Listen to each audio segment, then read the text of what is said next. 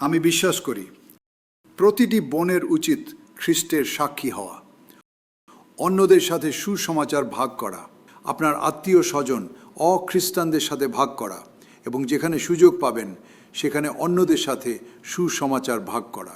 এবং এমনকি গির্জাও আপনি সাক্ষ্য দিতে পারেন যে ঈশ্বর আপনার জন্য কি করেছেন।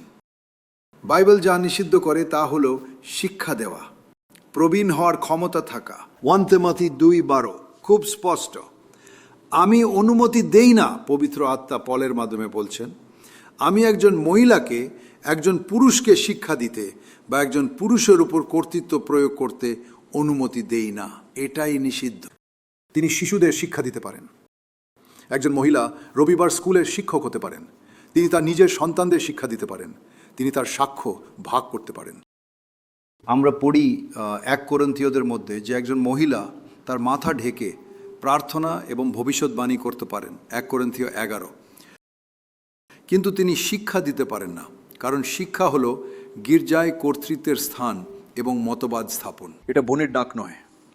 এখন এতে কোনো ভুল নেই। এর মানে এই নয় যে একজন বোন নিম্নতর। কারণ কিছু বোন বলে, আরে আমি কেন শিক্ষা দিতে পারি না? আচ্ছা, আমি আপনাকে বলবো, বাইবেল বলে একজন মহিলাকে শিক্ষা দেওয়ার অনুমতি নেই, কিন্তু এটাও বলে, যদি আমি এটি প্যারাফ্রেজ করি, একজন পুরুষের অনুমতি নেই সন্তান জন্ম দেওয়ার। এতে কি তাকে নিম্নতর করে তোলে? একজন পুরুষের সন্তান জন্ম দেওয়ার জন্য গর্ভ নেই, এটি বলে 3টি আয়াত পরে। এটি একই অধ্যায় উপায় দ্বারা। মহিলারা সন্তান জন্ম দিতে পারেন, কিন্তু তারা শিক্ষা দিতে পারেন না। একজন পুরুষ সন্তান জন্ম দিতে পারেন না, কিন্তু তারা শিক্ষা দিতে পারেন।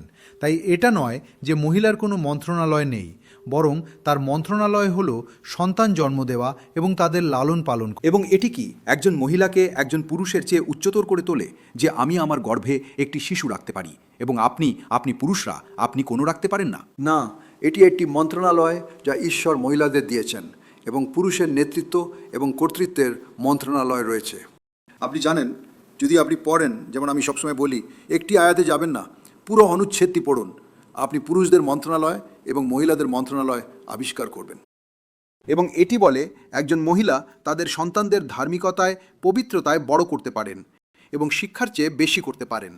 আপনি কি মনে করেন যদি তিমোথীর মা প্রচার করতে গিয়ে তার সন্তানকে অবহেলা করেন এবং তার সন্তান পথভ্রষ্ট অধার্মিক যুবক হয়ে ওঠে, আপনি কি মনে করেন তিনি তিমোথীকে বাড়িতে বসে বড় করার চেয়ে বেশি অর্জন করতেন?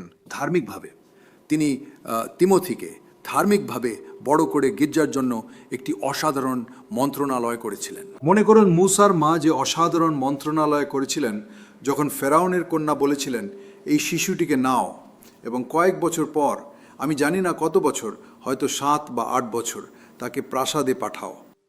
এবং মূসার মা বলেন, আমার কাছে এই শিশুটি মাত্র 7 বা 8 বছরের জন্য আছে। তিনি কিভাবে তার মনে ঈশ্বরের সত্যকে প্রবেশ করিয়েছিলেন। টাকার প্রতি আগ্রহী হবেন না। সেই প্রাসাদের সমস্ত পাপপূর্ণ আনন্দ থেকে সাবধান থাকুন এবং মনে রাখবেন, সব সময় আপনি একজন ইসরায়েলি, আপনি একজন মিশরীয় নন। এতটাই মাথায় ঢুকিয়ে দিয়েছিলেন যে 40 বছর পরে মসি বড় হয়ে বলেন হিব্রু 11:24, আমি ফেরাউনের কন্যার পুত্র নই। তিনি এটি কোথায় শিখেছিলেন? তার মা তাকে শিখিয়েছিলেন যখন সে 7 বছর বয়সী ছিল। আমি পাপের আনন্দ চাই না, 25 নম্বর শ্লোক। সে কোথায় এটা শিখেছিল? কেউ সেই প্রাসাদে তাকে এটা শেখায়নি।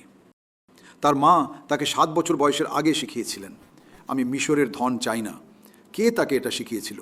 একজন মায়ের শিক্ষার প্রভাব দেখুন। তিনি তার ছেলেকে ভালোভাবে বড় করে ইসরায়েলের জন্য আরও বেশি করেছিলেন যদি তিনি প্রচার করতে গিয়ে থাকেন। তাহলে এটা নয় যে একজন বোন নিম্নতর। যদি তিনি এটি স্বীকৃতি দেন, তবে তার একটি অসাধারণ মন্ত্রণালয় রয়েছে।